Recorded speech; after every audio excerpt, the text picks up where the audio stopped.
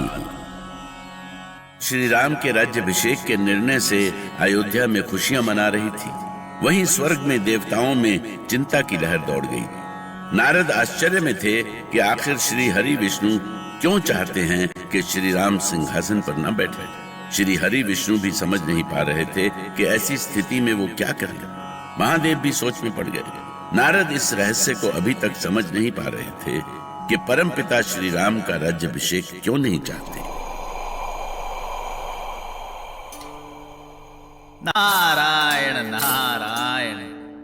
परमपिता, मुझे समझ में नहीं आ रहा है कि आप क्यों चाहते हैं कि श्री राम का राज्याभिषेक ना हो। इसमें कौन सा रहस्य छुपा है परमपिता?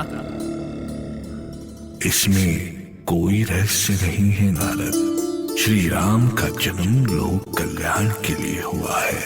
यदि वे राज सिंहासन पर बैठेंगे तो वो उद्देश्य कैसे पूरा होगा जिसके लिए उनका जन्म हुआ है।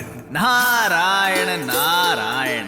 प्रसन्नता में मैं इस सत्य को भूल ही गया था, पर इसका उपाय क्या है परमपिता?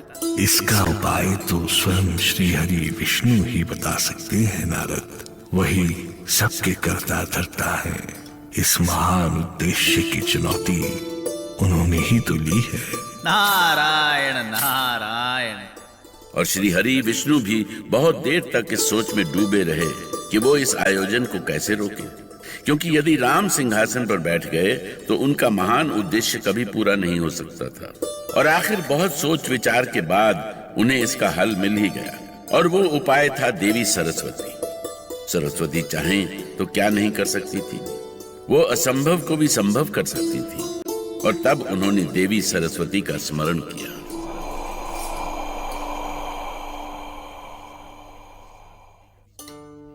देवी सरस्वती, हम लोगों की यही चिंता है कि श्री राम का राज्याभिषेक नहीं हो। चाहे जैसे भी हो वो वन जाए, क्योंकि वन में ही सारी मानवता और स्वर्ग के उद्देश्य की पूर्ति होना संभव है। मैं जानती हूँ श्री हरि, पर इसके लिए मैं क्या कर सकती हूँ? आपके चाहने भर से ही देवताओं की इच्छा भी पूरी होगी देवी, और धरती लोक का कल्याण भी होगा। बस आपके चाहने भर की देर है देवी। इस कार्य से हमें प्रसन्नता होगी श्री हरि, पर मेरे माध्यम से ये कैसे संभव है? मुझे क्या करना होगा?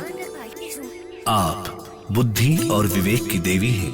आप में शक्ति है कि आप किसी का भी मन विचार सब बदल सकती हैं। किसी में भी अपने विचारों को प्रवेश करा सकती हैं आप। मैं देख रही हूँ श्री हरि कि अयोध्या में कैसी खुशियाँ मनाई जा रही हैं। ऐसे समय में श्री राम को सिंहासन नहीं मिलने पर अयोध्या वासी कितने दुखी होंगे। हाहाकार मच जाएगा, और महाराज दशरथ उन पर क्या बीतेगी, कैसी पीड़ा होगी उन्हें। देवी सरस्वती, जब संकट पूरी सृष्टि पर हो तो अयोध्या वासी और राजमहल की प्रसन्नता की बलि आपको देनी ही होगी। तो ठीक है देव, आप निश्चिंत रहें। अब कुछ भी हो, महाराज दशरथ की कामना पूरी नहीं हो सकेगी। धन्य है देवी सरस्वती, आप धन्य हैं। ये सृष्टि आपका ये उपकार कभी नहीं भूलेगी। तथास्तु। ध्यान करी तब सरस्वती, गई मंथरा पास। फेरी बुद्धिमति मंद की, संकट हरण की आस। अपना वचन पूरा करने के लिए सरस्वती को अयोध्या जाना पड़ा। अयोध्या में उनका एक ही लक्ष्य था, महारानी कैकेयी की मुंह लगी दासी मंथरा, जिसे वो अपने विवाह के समय ही अपने मायके से लाई थी। उस समय अयोध्या में मंगल गीत गाए जा रहे थे। सभी खुशी से झूम रहे थे। दिव्य आभा से युक्त देवी सरस्वती सीधे मंथरा के सामने प्रकट हुई, और वो भी एक भविष्य वक्ता के रूप में। भला मंथरा कैसे जान पाती कि क्या था उनके मन में।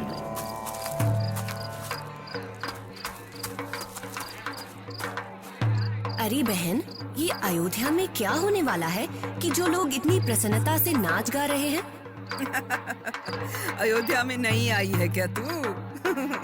अरे मूर्ख, ये भी नहीं जानती कि अयोध्या में श्री राम का राज्याभिषेक होने वाला है। हाँ वैसे है कौन तू, कहाँ से आई है? मुझे नहीं पहचाना? नहीं तो। त्रिकालदर्शी दिव्य लोचना, मैं भविष्यवक्ता हूँ और तुझे ये बताने आई हूँ कि ये जो अयोध्या में खुशियाँ देख रही है वो सब क्षणिक है। सब कुछ नष्ट होने वाला है, पल भर में भस्म हो जाने वाली है ये सारी खुशियाँ। सब कुछ नष्ट होने वाला, ये क्या कह रही है तू? क्षमा करो देवी, आप तो त्रिकालदर्शी हैं, आपको तो सब कुछ दिखता है, कुछ मुझे भी तो दिखाइए। सबसे पहले तो मैं तुम्हारा भविष्य देख रही हूँ। उस राम के सिंहासन पर बैठते ही तुम्हें घसीट कर राजमहल से बाहर निकाल दिया जाएगा। तुम भीख मांगने के योग्य भी नहीं रहोगे। नहीं, ऐसा नहीं हो सकता, ऐसा कभी नहीं हो सकता। हमारे श्री राम तो। ऐसा ही होगा मंथरा। मंथरा, मेरा नाम कैसे जानती है तू? मैं सब कुछ जानती हूँ। मगर मैं कैसे मान लूं कि जो कुछ आप कह रही हैं वो सब सच है? कुछ ऐसा बताइए जिससे आप पर विश्वास हो, कोई ऐसी बात जो केवल मैं और महारानी कैकेयी ही जानते हों। मूर्ख है तू मेरी परीक्षा ले रही है। त्रिकालदर्शी दिव्य लोचना की परीक्षा ले रही है तू। ठीक है, यदि परीक्षा लेना ही चाहती है तो सुन। महारानी कैकेयी को महाराज दशरथ ने देवासुर संग्राम में कुछ वर दिए थे और तुम्हारी महारानी ने अभी तक वो वर नहीं मांगे हैं। जाकर पूछ लो उनसे। अरे ये तो महारानी भूल ही गई थी। बहुत साल पहले एक बार उन्होंने मुझे बताया था कि अब याद आ रहा है। क्षमा करें देवी, क्षमा करें, आपको पहचानने में भूल हुई। आप तो सचमुच त्रिकालदर्शिनी हैं, आपको भूतकाल की सभी बातें पता हैं।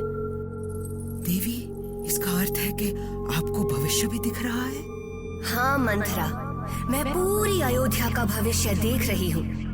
श्री राम और कौशल्या का सम्मान देख रही हूँ और देख रही हूँ कैकेयी का घोर अपमान।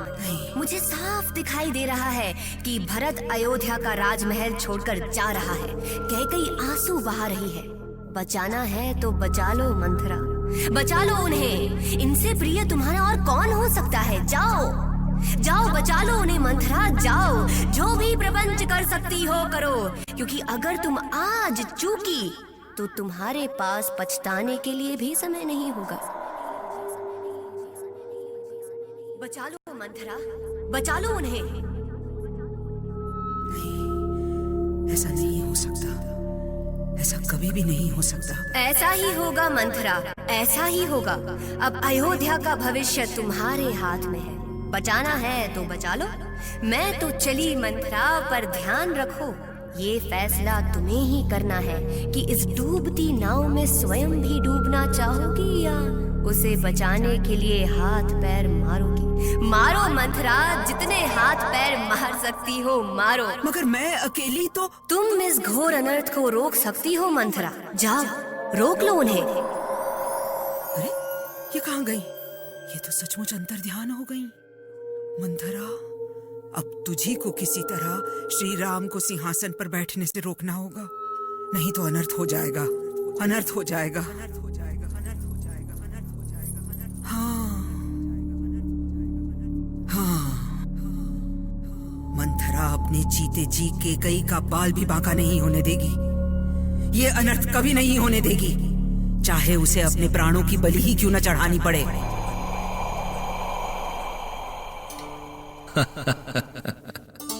धन्य है आप देवी सरस्वती, आप धन्य हैं। आपने देवताओं की समस्याओं का पल भर में समाधान कर दिया। अब श्री राम किसी भी स्थिति में सिंहासन पर नहीं बैठ सकेंगे। मैंने मंथरा के सामने जो कुछ भी कहा सच था देव, पर मंथरा उस सच को समझ नहीं सकी और अब जो वो करेगी उससे मुझे बहुत दुख होगा।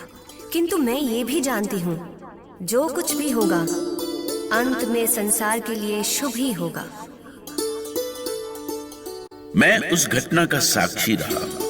जाने क्यों आज भी मुझे उस घड़ी को याद करके दुख होता है, पर बड़े हित के लिए छोटे हितों का बलिदान करना पड़ता है।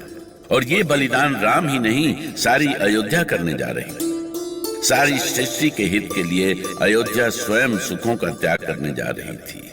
ऐसा त्याग जो उन्हें बहुत दुख देने वाला था, गहरी पीड़ा पहुंचाने वाला था।